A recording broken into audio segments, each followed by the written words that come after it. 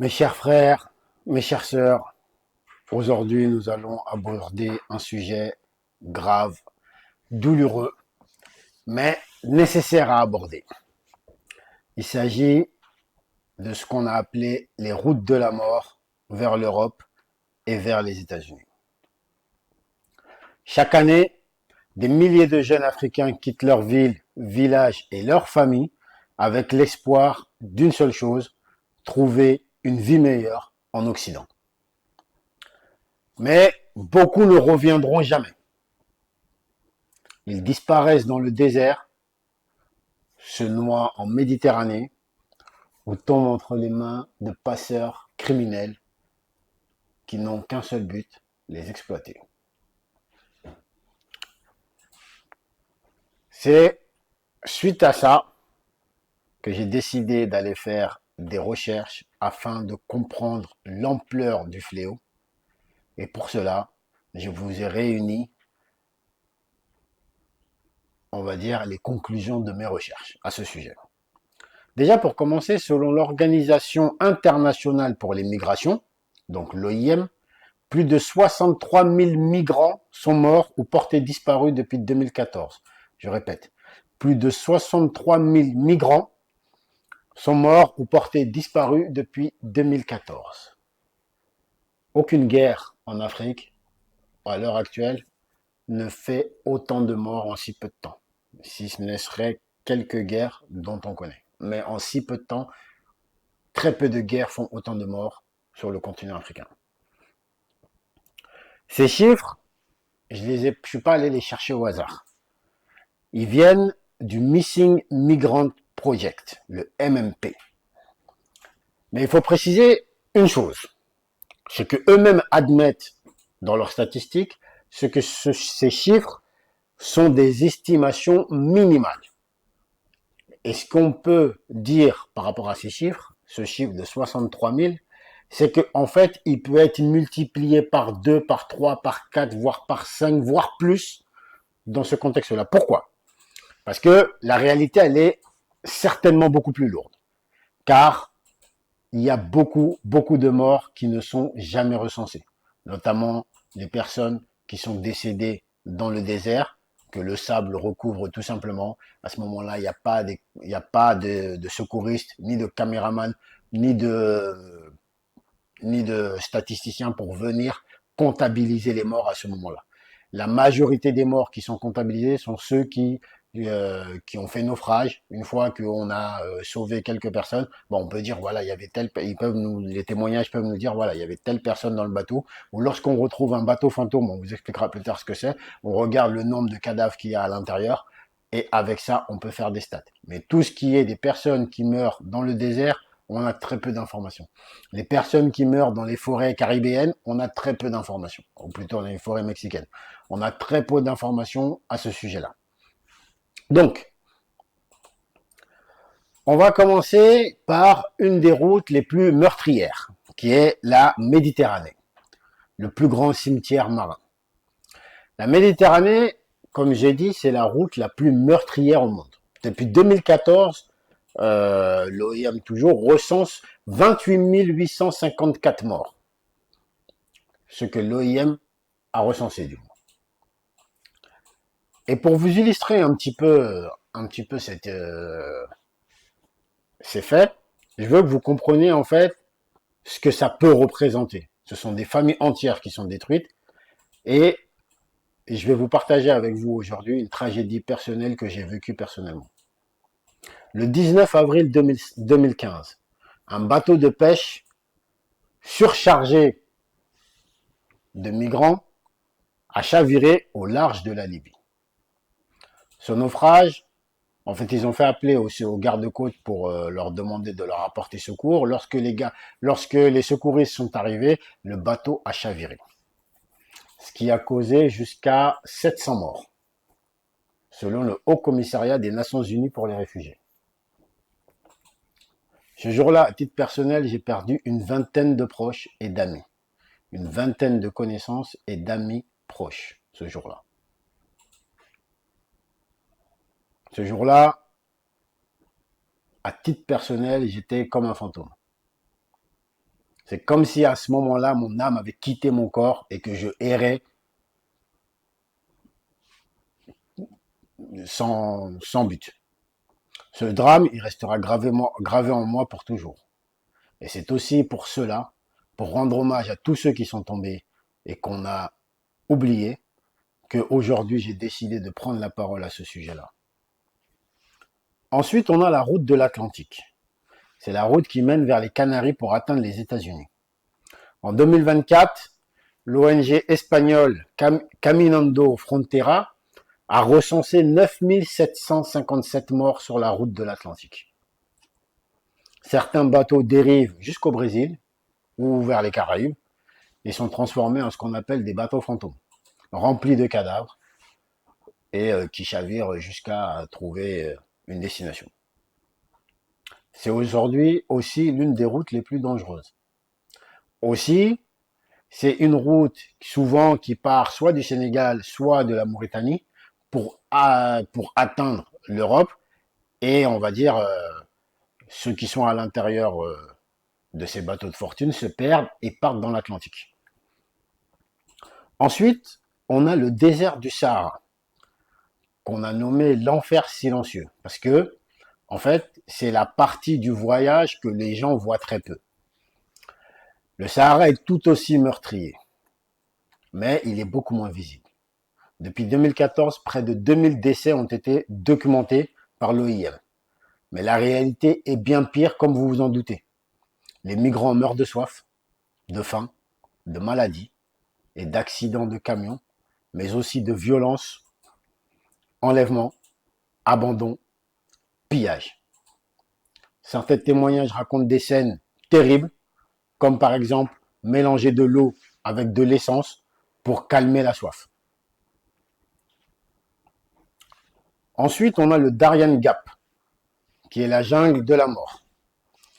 Dans les Amériques, on a aux États-Unis une nouvelle route de migration qui s'est ouverte et qui attire beaucoup les Africains.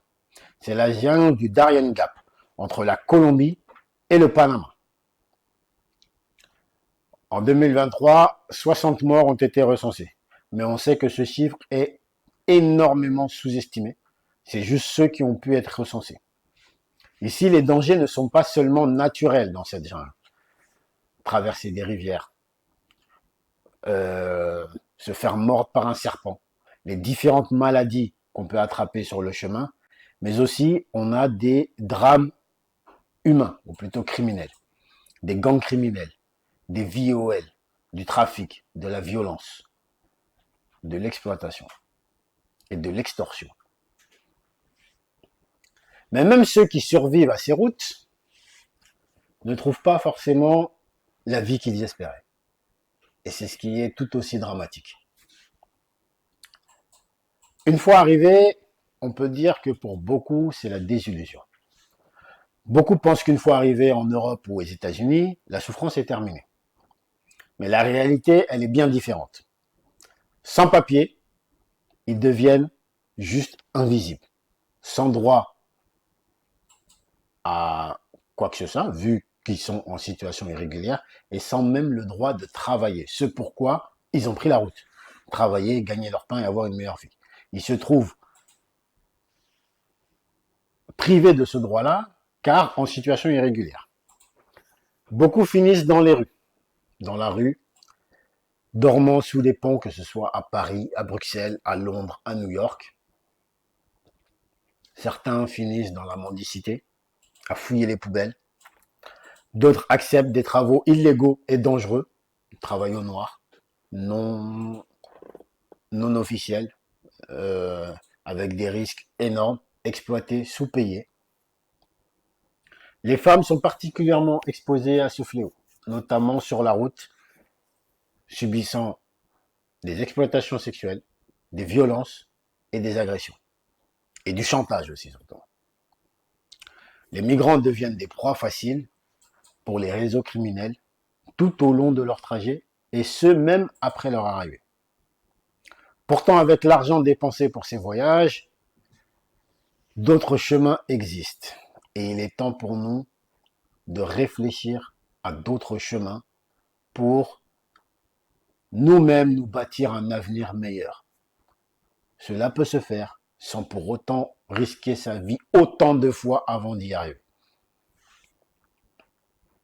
Quelles sont les alternatives concrètes qu'on peut avoir? Déjà, un voyage clandestin de ce type-là va coûter aux alentours de 1 million, 1 million 500 francs CFA, voire parfois 2 millions à 3 millions de francs CFA. Avec cet argent, un jeune, qu'il soit malien, sénégalais, ivoirien ou du moins de l'Afrique de l'Ouest, peut changer sa vie ici en Afrique. Il suffit juste d'y réfléchir un petit peu. Par exemple, il peut ouvrir un commerce local. 1 million sont 1 million de francs CFA est largement suffisant pour ceux qui, pour les francophones qui sont d'autres pays, on peut considérer 1500 euros, 2000 euros, jusqu'à 5000 euros. Donc, avec une somme pareille, il peut ouvrir un commerce, une petite boutique, un petit kiosque ou un petit atelier. Il peut s'engager dans l'agriculture, dans le maraîchage, acheter une petite parcelle, produire des légumes, élever de la volaille, faire de la pisciculture et bien d'autres. Il peut aussi travailler mettre en place un atelier de service, par exemple de la mécanique, des petites mécaniques, de couture, d'informatique s'il a étudié, de restauration s'il s'y connaît en restauration. Et on va prendre un exemple et on va l'exposer ensemble. Avec par exemple 3000 euros, ce qui fait l'équivalent de 2 millions de francs CFA. Avec 3000 euros, un jeune peut très bien lancer une petite exploitation agricole, nourrir une famille, créer de l'emploi, au lieu d'aller tout perdre dans le désert ou dans la mer. Ce qui, en réalité, n'a pas beaucoup de sens. Surtout que la majorité des personnes, parce que je connais un petit peu le milieu, donc la majorité des personnes qui voyagent qui prennent l'initiative de ce genre de voyage, viennent souvent des endroits reculés de nos pays, ce qu'on appelle les villages. Et dans ces villages-là, ils possèdent des terres. Leurs parents possèdent des terres qui sont cultivables. Mais en fait, on oublie une chose, c'est qu'on refuse de faire ces travaux-là chez nous, mais c'est ces mêmes travaux qu'on part faire à l'étranger. Ceux qui vont en Espagne vont cultiver de la tomate, des orangers, du chou, de l'aubergine, alors qu'ils peuvent faire la même chose chez eux. Mais pour eux.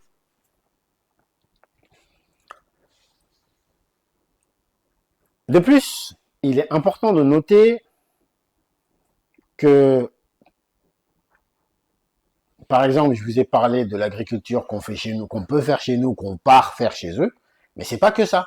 Même ceux qui partent faire autre chose que de l'agriculture on part faire des métiers qu'on considère ici comme des sous-métiers qu'on voudrait jamais faire. Je vous donne un exemple. On va aller faire du ménage. On va aller laver la vaisselle dans les restaurants, ce qu'on appelle la plonge. Ou sinon, on va être auxiliaire de vie, ce qui consiste à prendre soin des personnes âgées avec tout ce que ça implique. Leur changement de couche, les porter, les coucher, les relever, leur donner à manger et tout ce que ça implique. On va aller faire des métiers comme caissier en boutique. Si tu avais ouvert ta propre boutique, tu serais ton propre patron. Même si au départ c'est compliqué, je vous l'avoue. Au départ, c'est quelque chose qui peut être compliqué.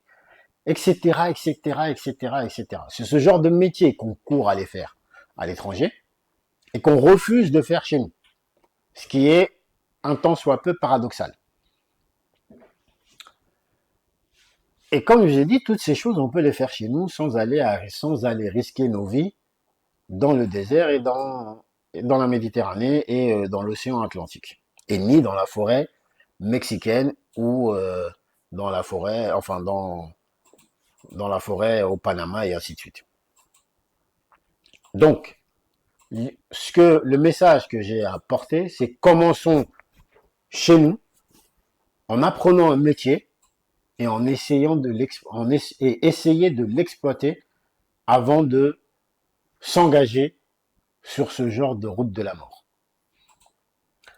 Maintenant qu'on a dit ça, j'ai un message à envoyer à la jeunesse dans laquelle je fais partie. Aussi, il y a un petit détail avant cela que j'aimerais clarifier.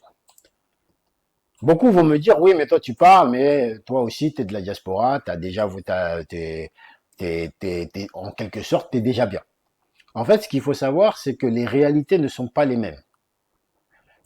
Il fut une époque où il était beaucoup plus simple de rejoindre l'Europe ou l'Occident plus globalement, qu'il ne l'est aujourd'hui. Pour ma part, j'ai pas traversé des routes aussi risquées. Et c'est le cas de beaucoup.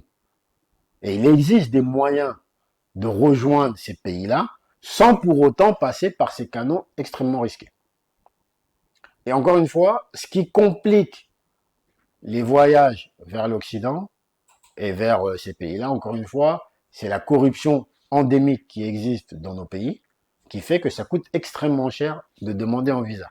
Sauf que beaucoup ne savent pas que le visa français, en fait, pour les étrangers, il coûte 100 euros, l'équivalent de 55 000 francs CFA. Mais pour demander un visa, ils vont aller dépenser l'équivalent de 10 000 euros. Parce qu'il faut corrompre tout un tas de personnes avant d'arriver à ce stade-là. Donc, il existe des voies et des moyens plus simples pour changer sa vie et avoir une vie meilleure, améliorer ses conditions de vie, sans pour autant emprunter des voies aussi risquées. Maintenant, je vais vous demander une chose, mes frères et mes sœurs. Écoutez bien. Je comprends que vous avez des rêves et que vous souhaitez les accomplir. Je comprends aussi votre désir d'un avenir meilleur et je comprends aussi qu'est-ce qui peut faire penser à un jeune Africain que tout ceci, que vos rêves, que vos désirs d'un avenir meilleur se trouvent en Occident. Et se trouvent uniquement en Occident. Mais la route de la migration clandestine, c'est pas une solution. Si vous mourrez sur le chemin, vos familles, sachez que vos familles ne seront plus jamais les mêmes, ne seront plus jamais comme avant. Vous laissez derrière vous des personnes en détresse, désespérées et totalement anéanties. Pour la simple et bonne raison qu'on ne remplace pas une vie. En plus, le plus dur pour les familles, c'est de ne pas savoir où se trouve leur enfant, leur fils, leur frère, leur sœur, leur fille, leur tante ou leur père, qui est mort quelque part dans le désert, enseveli sous le sable, englouti par la mer, que ce soit la Méditerranée, l'Atlantique. Et c'est quelque chose de très dur. Donc ça, c'est le premier message que je voulais vous lancer. Si vous survivez à tout ça, vous risquez de vivre dans ces pays tel un fantôme. Combien de personnes sont arrivées et qui n'avaient plus leur faculté mentale du fait de tout ce qu'ils avaient vécu sur ce chemin? Vous allez arriver dans un pays qui ne veut pas vraiment de vous. Le véritable courage, en fait, ce n'est pas de défier la Méditerranée ou de défier le Sahara. Le véritable courage, c'est d'essayer d'investir, d'apprendre un métier, d'investir et d'améliorer ses propres conditions de vie là où on se trouve. Ou du moins d'essayer d'améliorer ses conditions de vie là où on se trouve. Et essayer de construire quelque chose là où on se trouve. Mais c'est pas tout. On ne peut pas jeter la pierre uniquement à la jeunesse. Ici, je me dois d'avoir un message pour nos autorités, que ce soit en Afrique de l'Ouest ou l'Afrique dans sa globalité, nos autorités africaines. Je m'adresse ici aux responsables politiques de nos États africains. Vous ne pouvez plus rester spectateur de cette histoire. Vous avez le devoir pour vos concitoyens qui vous ont choisi de créer pour eux des opportunités économiques réelles, d'investir massivement dans les petites entreprises, que ce soit les petites et moyennes entreprises, pour offrir des opportunités à la jeunesse de nos pays. Il faut savoir une chose, c'est que la démographie de l'Afrique dans les 10, 20, 30 prochaines années, risque de doubler.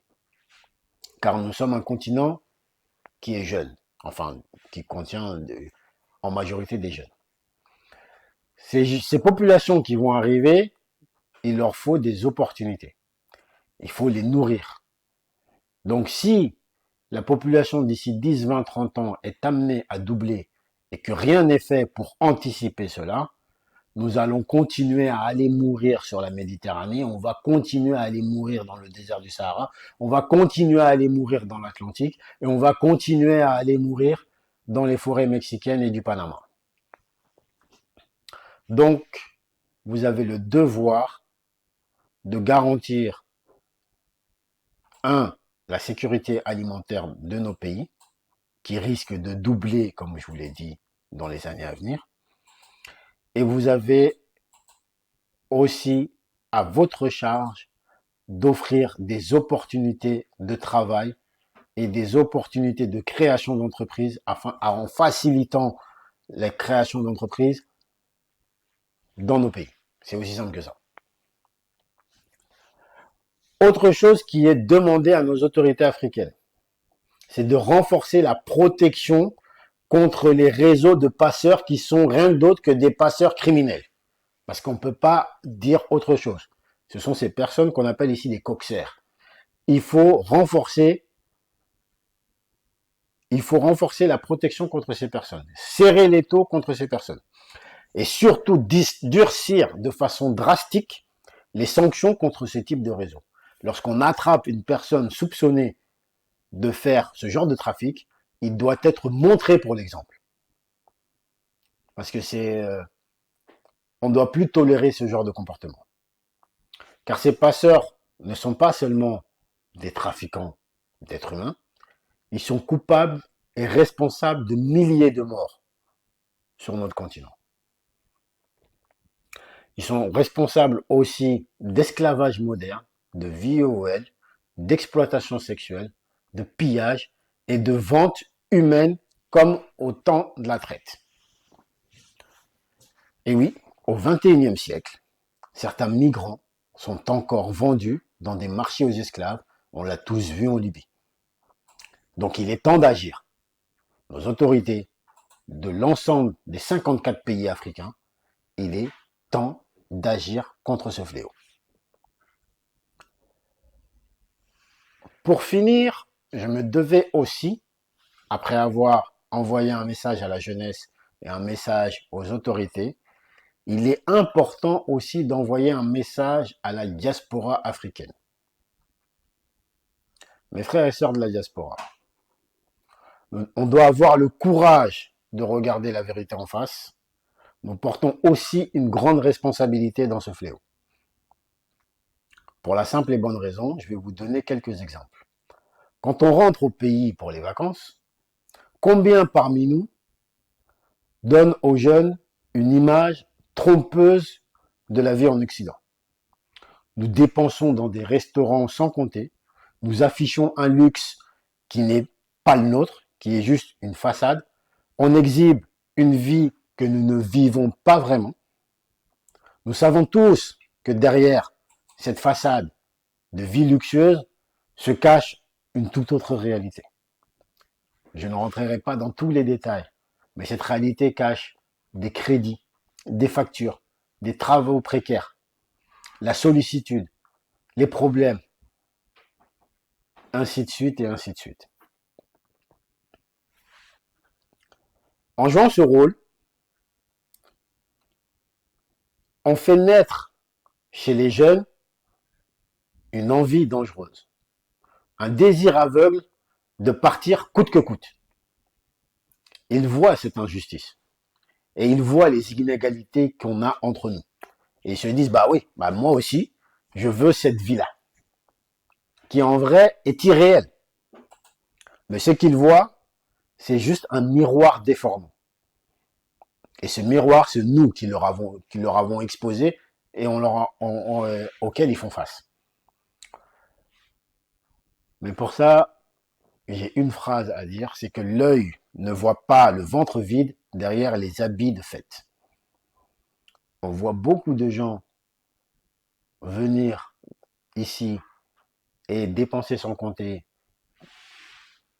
mettre en avant une certaine vie de luxe, n'allez pas voir où ils vivent réellement dans ces pays occidentaux. Et n'allez surtout pas voir quel est le travail qu'ils font dans ces pays.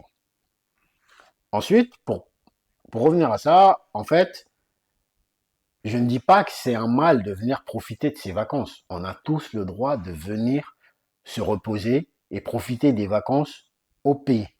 Mais ce que je veux dire, c'est qu'il y a un danger à ça. Il y a un danger. Lorsqu'on vient, il faut faire attention. C'est de miroiter une illusion à ceux qui n'ont pas nos codes, ni l'expérience qu'on a par rapport à ça, ni nos protections, à leur miroiter quelque chose qui n'est pas réel. Parce que ce qu'on fait pendant les 1 mois, 2 mois, 3 mois lorsqu'on vient au pays, c'est pas la vie réelle qu'on mène là-bas. Généralement, on a économisé des mois et des mois et des mois pour mettre de côté à peu près 2, 3, maximum 4, 5 000 euros pour venir tout dépenser et ensuite repartir et recommencer à zéro. Est-ce que ça, c'est une situation d'avenir réel entre nous? Il est temps qu'on réfléchisse à quelque chose de plus concret.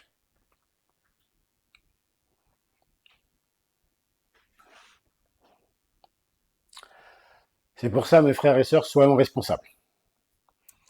Arrêtons d'encourager, que ce soit même indirectement, la fuite en avant.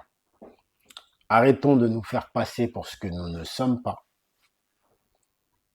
Et arrêtons surtout de faire miroiter et de semer l'illusion d'une vie facile en Occident. Ça n'existe pas. Et arrêtons aussi et surtout de payer et d'encourager le trajet pour nos frères, pour nos sœurs, pour nos fils, pour nos filles, et même pour nos femmes dans certains cas, vers ces routes dans lesquelles rien de bon ne peut en sortir. Si ce n'est désolation, tristesse, déception et désespoir. Parce que, comme je vous l'ai expliqué, même si vous arrivez à destination, ce que vous avez perdu sur le chemin, vous ne le retrouverez plus jamais. Vous ne serez plus jamais la même personne à votre départ qu'à l'arrivée. Plus jamais. Donnons plutôt cet argent à nos familles pour se développer localement. Ou si vous souhaitez réellement les faire venir auprès de vous en Occident ou dans d'autres pays, faites-les en empruntant les voies normales, des voies officielles, en demandant tout simplement des visas aux ambassades. Même si c'est plus long, ça demande des procédures, ça demande à prouver certaines choses. Mais essayez plutôt cette voie-là, elle sera toujours plus rentable que la voie vers ces routes de la mort. Car je préfère perdre 100, 200, 300, 400, 500 euros, 1000 euros, 3000 euros, 5000 euros que de perdre un être cher de ma famille.